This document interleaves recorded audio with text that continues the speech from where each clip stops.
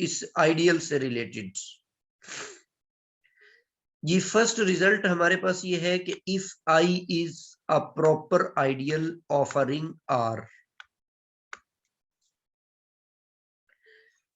आई जो है ये एक रिंग का प्रॉपर आइडियल है, ठीक है, विद आइडेंटिटी, और आई के अंदर जो आर है उसके अंदर आइडेंटिटी भी मौजूद है, then no element of I possesses a multiplicative inverse. अगर आई आप एक प्रॉपर आइडियल लेते हैं और जो रिंग है उसके अंदर मल्टीप्लिकेटिव आइडेंटिटी भी मौजूद है, तो उस सूरत में आई में जितने भी एलिमेंट्स होंगे उनका कोई inverse exist, multiplicative inverse exist नहीं करेगा। मिसाल में ले लेता हूं, जैसे Z12 है। अच्छा, Z12 के हमने ये काफी सारे इसके 6 इसके आइडियल्स बनाए थे, उनमें कोई मर्जी आप उठा लें। जैसे 3 से जनरेट होने वाला इसका एक आइडियल था, तो इसमें एलिमेंट्स मौजूद थे 0, 3 आएगा, इसके अंदर 6 आएगा और 9 आएगा।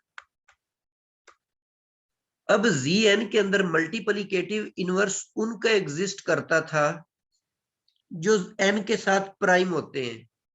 अब 0 का तो इनवर्स नहीं एग्जिस्ट करेगा, 3 जो है ये 12 के साथ रिलेटिव प्राइम नहीं है, इसका इनवर्स एग्जिस्ट नहीं करेगा, 6 भी रिलेटिव प्राइम नहीं है 12 के साथ, इसका भी मल्टीप्लिकेटिव इनवर्स एग्जिस्ट नहीं करता, 9 का भी मल्टीप्लिकेटिव इनवर्स एग्जिस्ट नहीं करेगा।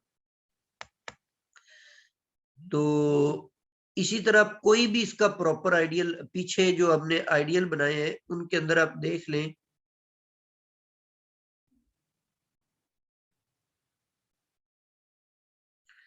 हाँ, या इस एग्जांपल में देखें कि जो प्रॉपर है, प्रॉपर ये वाले हैं नीचे वाले 2, ये सारे के सारे 2 से जनरेट हो रहे हैं, तो इसका मतलब इनमें कोई भी रिलेटिव प्राइम नहीं होगा। इस Z12 के अंदर सिर्फ एक ही एलिमेंट है जिसका मल्टीप्लिकेटिव इनवर्स एग्जिस्ट करता है, सॉरी, एक नहीं बल्कि ज्यादा है। जो रिलेटिव प्राइम है वो 1 भी है इसके अंदर, और इसके साथ रिलेटिव प्राइम जो है वो 5 भी है, और 7 भी है, और 7, 8, 9, 10, 11।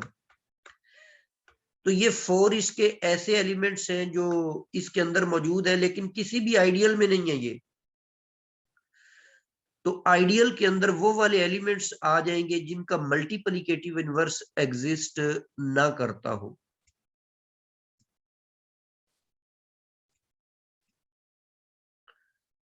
इसका मतलब है कि आइडियल की और आर के जो यूनिट्स हैं उनकी इंटरसेक्शन लेंगे तो वो एम्प्टी आएगी।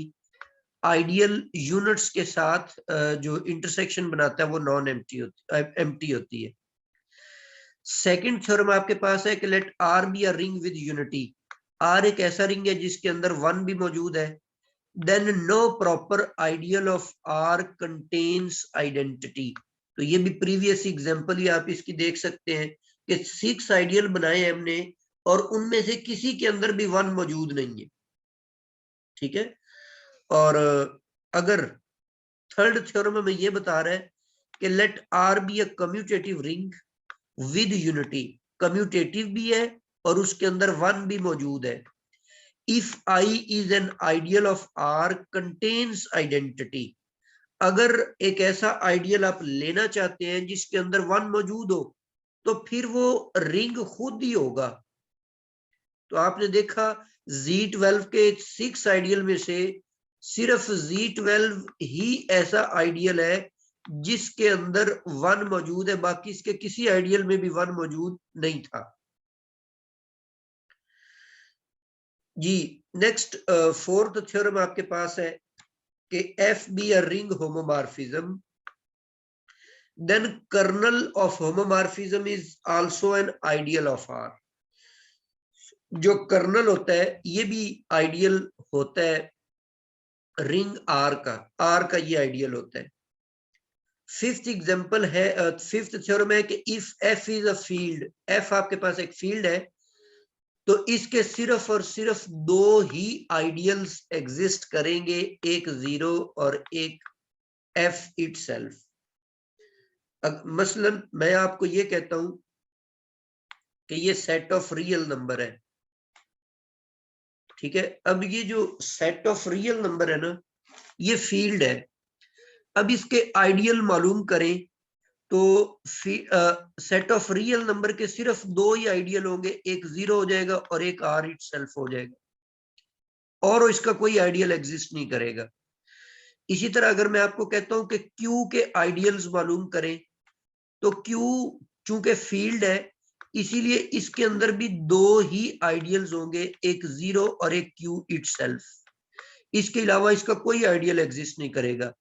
अगर मैं आपको कहूं सी के आइडियल्स निकालें, तो सी के सिर्फ दो आइडियल्स निकलेंगे, जीरो और सी इटसेल्फ, क्योंकि सी जो है ये फील्ड है। तो थ्योरम नंबर 5 हमारे लिए आइडियल फाइंड आउट करने के हवाले से इसलिए इंपॉर्टेंट है कि ये हमें फौरन से बता देता है कि फील्ड के कितने आइडियल्स होते हैं। एक और मिसाल इसी कॉन्टेक्स्ट में देखें, जैसे हम ले लेते हैं Z7। आप लोगों ने पढ़ा कि Z7 जो ये जो Zn होता है, ये फील्ड तब होता है जब n प्राइम होता है। अब यहां पर 7 जो है वो प्राइम है, तो इसका मतलब है कि ये एक फील्ड है। Z7 जो है ये फील्ड है। अब मैं आपसे कहूं कि इसके आप आइडियल बताओ मुझे, तो आप कहेंगे कि सर इसके दो ही आइडियल है, एक जीरो है और एक Z7 इटसेल्फ है। ये तो हमने यूज किया थ्योरम नंबर 5। अब प्रीवियस थ्योरम अगर यूज करें कि इसके जो डिवाइजर्स होते हैं वो आइडियल बनाएंगे। अब 7 के डिवाइजर जो है वो सिर्फ और सिर्फ 1 और 7 इटसेल्फ है। तो उस थ्योरम के हवाले से जो प्रीवियस पेज पे हमने थ्योरम पढ़ा कि एक तो इसका डिवाइजर 1 है, तो इससे जनरेट होने वाला जो सेट है वो Z7 इटसेल्फ आएगा, आइडियल है। दूसरा इसका जो है वो 7 डिवाइजर है और 7 से जनरेट होने वाला आइडियल आपके पास जीरो आ जाएगा। तो ये थ्योरम नंबर 5 हमारे लिए काफी कारआमद है, इसकी मदद से हम आइडियल निकाल सकते हैं। थ्योरम नंबर 6 है intersection of two ideals of a ring R is also an ideal of R। अगर आप दो आइडियल्स ले लेते हैं, अच्छा रिंग के लिए हम ये नोटेशन इस्तेमाल करते थे, ये लेस और इक्वल वाली, S इज अ सब रिंग ऑफ R, उसको नोटेशनली इस तरह से लिखते हैं। आइडियल के लिए जो तरीकेकार आप इस्तेमाल करते हैं वो ये वाला होता है, S be an ideal of R। अच्छा यहां पर एक और भी मोटिवेशन है। दरअसल ये जो रिंग थ्योरी है इसको हमने एक्सटेंड किया ग्रुप्स को देखकर। ग्रुप्स के अंदर एक ऑपरेशन एक सेट होता था, यहां पर हमने एक ऑपरेशन का इजाफा करके टू ऑपरेशंस बना लिए। तो स्ट्रक्चर और चीजें उसी तरह जैसे ग्रुप्स के अंदर थी हम यहां पर भी बनाते चले आ रहे हैं। तो ग्रुप्स के अंदर एक कॉन्सेप्ट था नॉर्मल सब ग्रुप्स का। तो बेसिकली ये जो आइडियल का कॉन्सेप्ट है, जिस तरह ग्रुप्स के अंदर नॉर्मल सब ग्रुप है, बिल्कुल उसी तरह ये आइडियल्स जो है नॉर्मल सब ग्रुप की तरह, यहां पर ऐसे समझ लें कि ये नॉर्मल सब रिंग्स है, ठीक है। तो ग्रुप्स के अंदर नॉर्मल सब ग्रुप होते हैं और रिंग्स के अंदर जो होते हैं वो आइडियल होते हैं। इसी तरह आपने क्वोशंट ग्रुप को भी डिफाइन किया था कि जब जी जो होता है, जी कोई ग्रुप है आपके पास, उसके क्वोशंट को आप इस तरह से डिफाइन करते थे और एच पर कंडीशन थी कि ये एक नॉर्मल सब ग्रुप है। मतलब अगर आप क्वोशंट ग्रुप डिफाइन करना चाहते हैं तो उसके लिए आपको ग्रुप का एक नॉर्मल सब ग्रुप तलाश करना पड़ेगा, उसकी मदद से आप क्वोशंट या फैक्टर सब ग्रुप डिफाइन कर सकते हैं। इसी तरह क्वोशंट या फैक्टर रिंग जो डिफाइन करेंगे आप, उसके लिए आप एक रिंग लेंगे और अब इसमें नॉर्मल की जगह क्या यूज कर रहे हैं, आइडियल। तो आगे चलकर हम ये कंसेप्ट सीखेंगे कि ये क्वोशंट रिंग या क्या कहेंगे इसको हम, फैक्टर रिंग की डेफिनेशन के लिए आपको आइडियल्स की जरूरत पड़ेगी, जैसे ग्रुप्स के अंदर नॉर्मल सब ग्रुप्स की जरूरत पड़ी। तो ये उसी का बिल्कुल इक्विवेलेंट कंसेप्ट है जी। थ्योरम नंबर 6 है intersection of two ideals of a ring is also ideal. मतलब आई ले लेते एक आइडियल है और जे भी आइडियल है, तो इनका जो इंटरसेक्शन होगा ये भी आपके पास एक आइडियल होगा।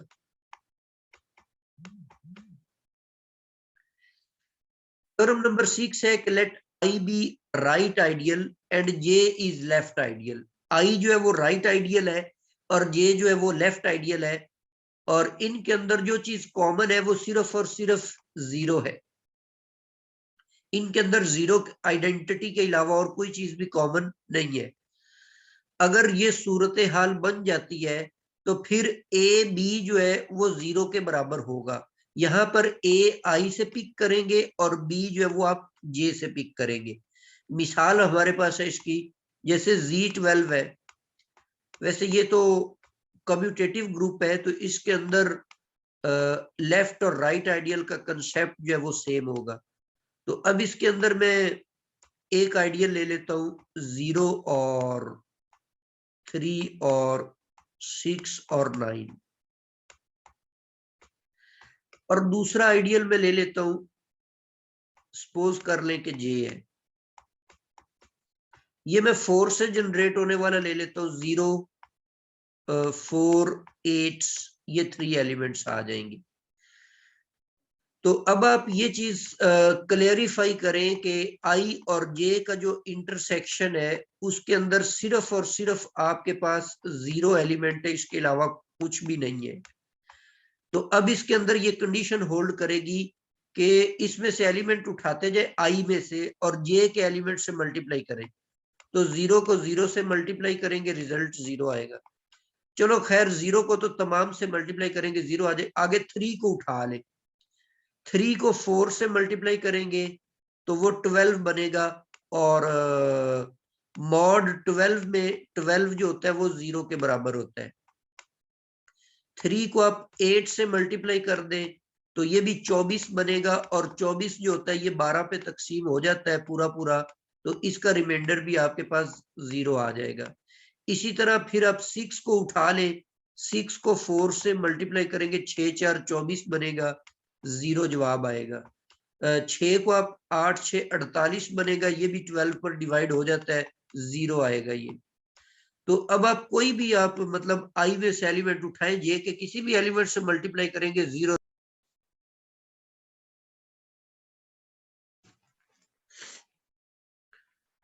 जी इसी तरह नेक्स्ट आपके पास थ्योरम नंबर 8 है कि if I is an ideal. I जो है वो आप किसी भी रिंग का आइडियल ले लेते हैं और एक सेट आप इस तरह से डिफाइन करते हैं जिसको हम सी ऑफ आई से डिनोट कर रहे हैं।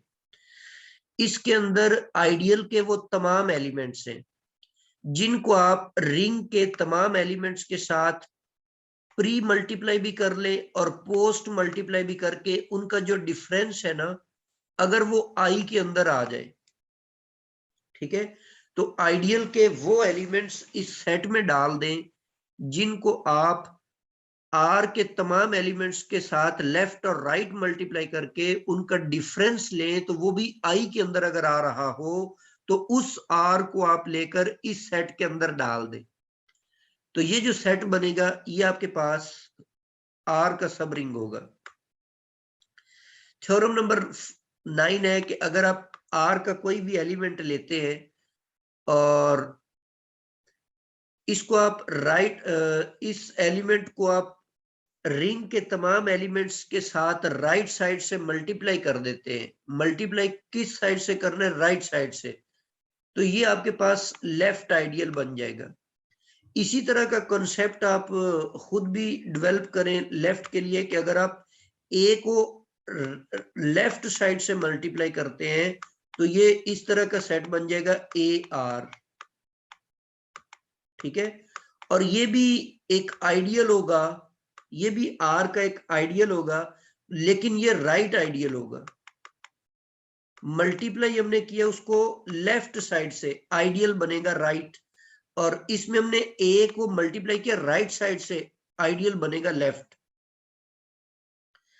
जी इसी तरह आपके पास थ्योरम नंबर 10 है कि कोई भी एलिमेंट आर का ले लेते हैं और एक सेट जिसको मैं आर से डिनोट कर रहा हूं, इसके अंदर रिंग के वो तमाम एलिमेंट्स पड़े हुए हैं जिनको आप एक्स से मल्टीप्लाई करो तो वो आपके पास 0 आ जाए। इसकी मिसाल हम देख लेते हैं, जैसे ये Z12 को ही हम डिस्कस करते चले आ रहे हैं, तो इसी में से हम इसकी एक एग्जांपल बना लेते हैं।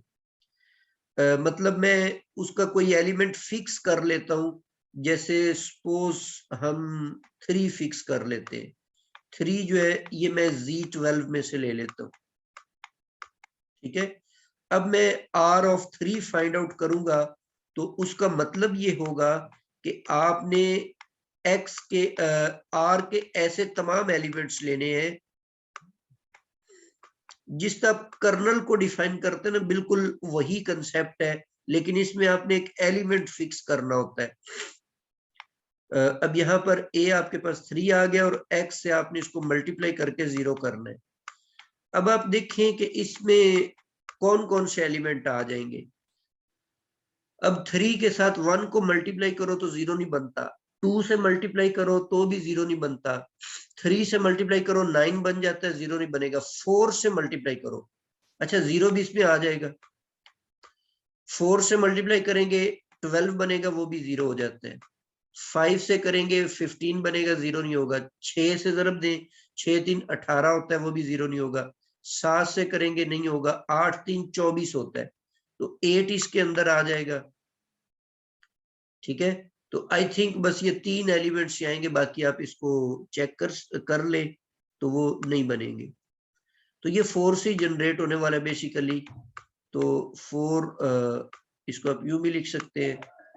तो ये आपके पास इसका हम ऑलरेडी देख चुके हैं कि ये इसका आइडियल है। तो इसी तरह अगर आप उसको मल्टीप्लाई करते ए को राइट साइड से तो 0 बनता है, तो हम इसको लेफ्ट आइडियल बोलेंगे, ये लेफ्ट आइडियल होगा। ये R3 ये जो Z12 है, ये चूंकि कम्यूटेटिव रिंग है, इसी वजह से इसके अंदर लेफ्ट और राइट आइडियल सेम होंगे। थ्योरम नंबर 12 है कि if I is a right ideal of R, I जो है वो राइट आइडियल है और A है ये एक सब रिंग है। I राइट आइडियल है, A सब रिंग है।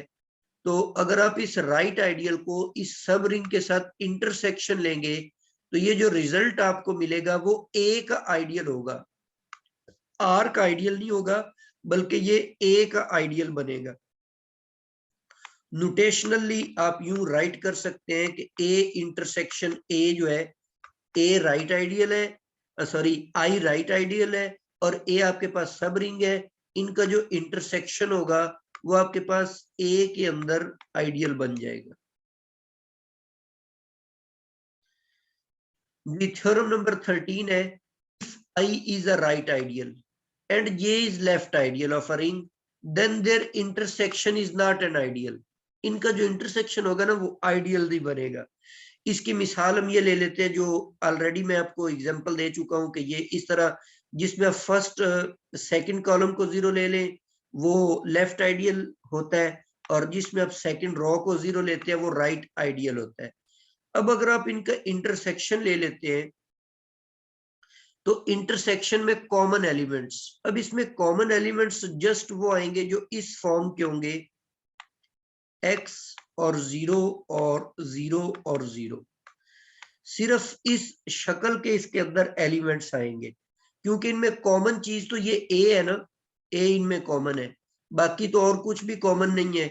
तो ऐसे मैट्रिसेस जो u में भी पड़े हो और s में भी, वो इस शक्ल के होंगे सिर्फ। तो अब आपने ये एलिमेंट उठा लिया, ये एलिमेंट हमने कहां से लिया, U इंटरसेक्शन S में से। अब वो डिफरेंस वाली प्रॉपर्टी तो इसके अंदर होल्ड कर ही जाएगी, क्योंकि ये दोनों सब रिंग है, लेफ्ट आइडियल भी सब रिंग होता है, राइट आइडियल भी सब रिंग होता है। हम इस पर सेकंड प्रॉपर्टी चेक करते हैं कि एक मैट्रिक्स उठा लेते हैं A B C और D, इसको मल्टीप्लाई कर देते हैं इसके साथ x a से, और 0 सॉरी ये 0 है और यहाँ पर भी 0 है। जब इससे मल्टीप्लाई करेंगे इसको तो फर्स्ट रो फर्स्ट कॉलम से मल्टीप्लाई होकर ax बन जाएगी। फिर फर्स्ट रो सेकंड कॉलम से मल्टीप्लाई होगी, यहाँ पे 0 आ जाएगा। फिर फर्स्ट रो जो है वो फर्स्ट कॉलम से मल्टीप्लाई करेगी, सेकंड रो जो है वो फर्स्ट कॉलम से मल्टीप्लाई होगी तो वो CX बन जाएगा। फिर उधर सेकंड से करेगी। अब ये जो एलिमेंट है ये तो बिलोंग नहीं करता U इंटरसेक्शन S के अंदर, तो इसका मतलब है कि this is not an ideal. तो राइट आइडियल और लेफ्ट आइडियल का जो इंटरसेक्शन होता है वो लाजमी नहीं आइडियल हो। ठीक है, तो यहां तक ये हमारा आज का लेक्चर जो वो कंप्लीट हो गया है। इसमें से अगर आप कुछ पूछना चाहते हैं